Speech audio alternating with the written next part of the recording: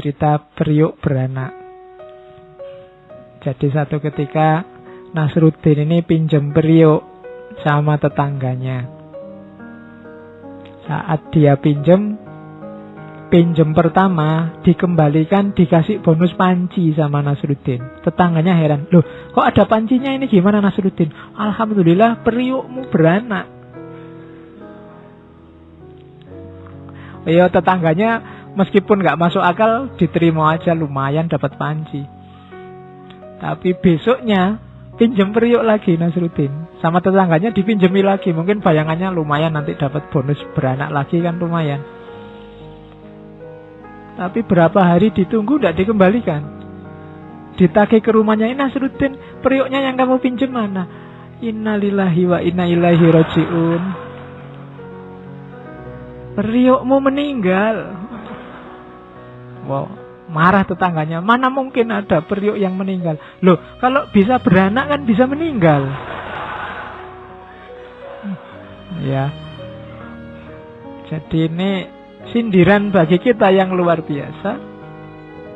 Kita itu biasanya hidup kita diatur oleh suka dan tidak suka, bukan oleh kebenaran-kebenaran yang kita yakini. Tetangganya Nasruddin tadi yakin benar bahwa tidak mungkin periuk itu bisa beranak, tapi karena dia untung dari situ, diam aja dia. Begitu dapat yang rugi, dia baru teriak. Hidup kita sering begitu. Kadang-kadang salah-salah dikit tidak apa-apa, dosa-dosa dikit tidak apa-apa, yang penting untung. Bikin cerita-cerita palsu, berita-berita palsu tidak apa-apa, yang penting menang.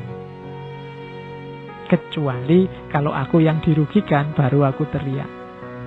Itu pelajaran pertama dari cerita periuk beranak itu.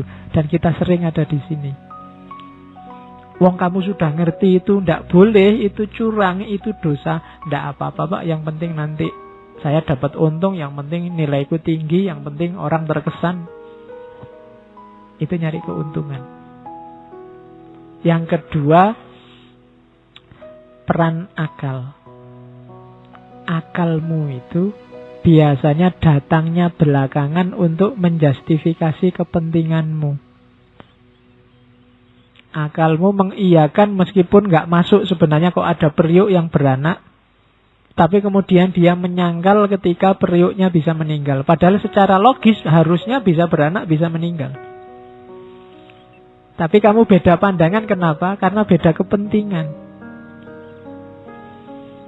Jadi ini uniknya menasehati dengan humor, dengan anekdot. Kalau orang tiba-tiba dinasehati, jangan menjual agama nyari keuntungan sendiri, orang bisa marah. Tapi kalau disindir dengan cerita-cerita semacam ini, mungkin marahnya bisa berkurang. Jadi itu anekdot selanjutnya. Pokoknya malam ini isinya semacam ini semua.